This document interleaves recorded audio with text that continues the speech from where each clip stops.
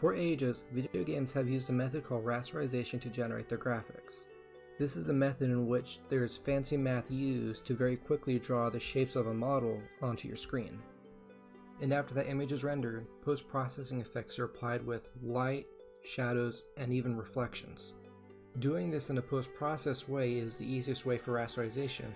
However, it takes a lot of time for developers to develop these methods. Not only that, but the more effects you add on, such as subsurface scattering, it will take more time for the GPU to complete each frame, making video games more harder to render for more realistic results. To help solve the problems that rasterization has, NVIDIA produced their RTX graphics card last year. These graphics cards have a major core feature called ray tracing to help produce better image quality and have less work on the developers to get a more realistic image. These ray tracing graphics cards, they still use rasterization.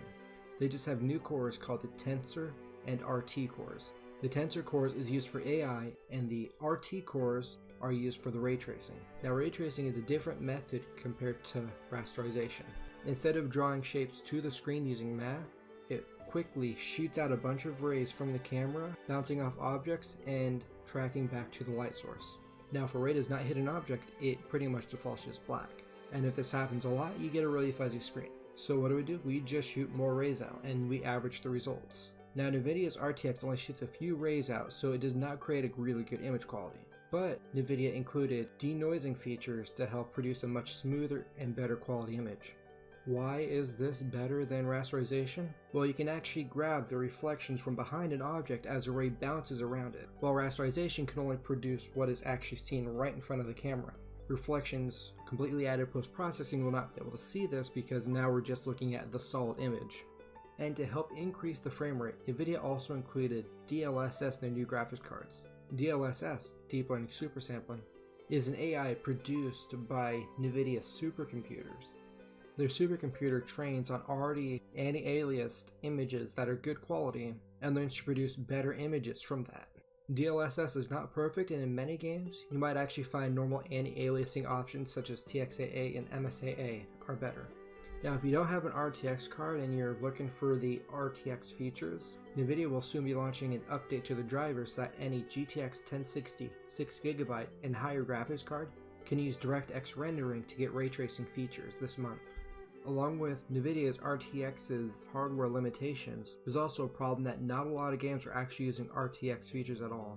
There's literally a handful of lists you can find right on NVIDIA's website that actually uses them. And a lot of games such as Battlefield 5 use it just for reflection, and everything else is normally rasterized.